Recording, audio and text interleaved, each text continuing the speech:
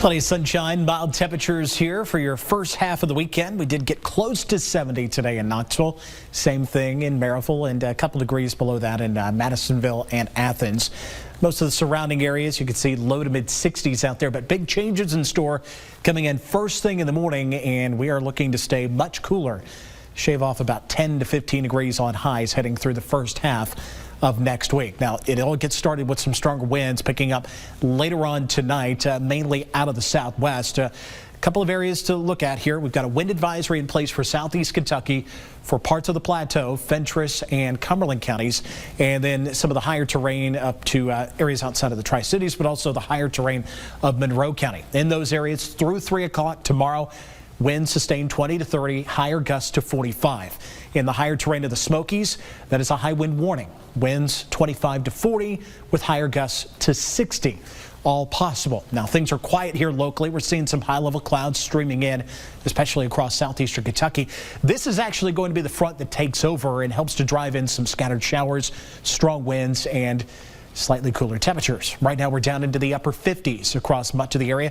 Still 62 in Knoxville, but 59 in Oak Ridge and 58 in Pigeon Forge.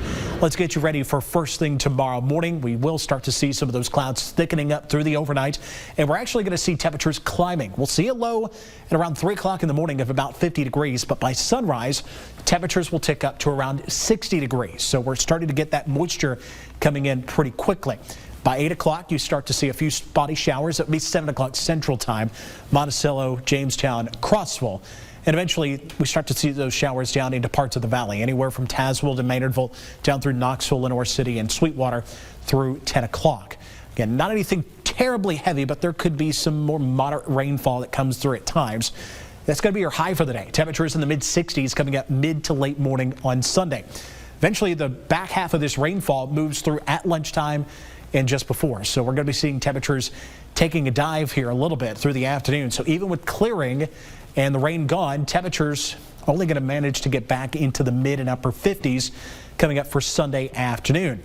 Then we're talking about the wind aspect of things. Already picking up here overnight tonight. By first thing Sunday morning, winds could be gusting to 45 to 50 across parts of the plateau, already gusting to nearly 30 to 35 in the valley. And those winds will stay strong all the way through lunchtime before starting to dial back by the time we get into Sunday afternoon. You can still see anywhere from 10 to 25 with the gusts coming up Sunday afternoon. Rainfall totals, again, could come down a little bit moderate rainfall in a short amount of time, but overall anywhere from a 1/10 to a 1/4 inch of rainfall is about all we're expecting.